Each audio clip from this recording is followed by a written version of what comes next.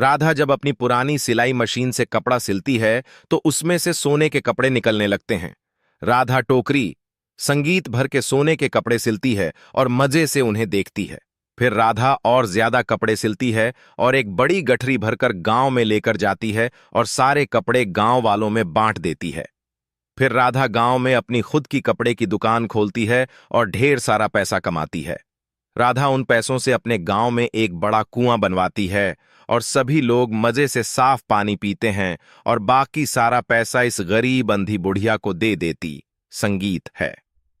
तभी राधा की यह दोनों पड़ोसन राधा को सिलाई मशीन से सोने के कपड़े निकालते हुए देख लेती हैं। दोनों पड़ोसन यह देखकर हैरान हो जाती हैं। फिर दोनों पड़ोसन रात में सिलाई मशीन चुराने का प्लान बनाती हैं। पर रात को जबरदस्ती सिलाई संगीत मशीन उठाकर लेकर भाग जाती हैं और दोनों पड़ोसन सिलाई मशीन को अपने घर में रख देती हैं। लेकिन दोनों जैसे ही सिलाई मशीन चालू करके कपड़ा सिलती हैं तो उसमें से सोने के कपड़े की जगह गोबर जोर से रोती है बेचारी। राधा के लिए लाइक और सब्सक्राइब कर दीजिए।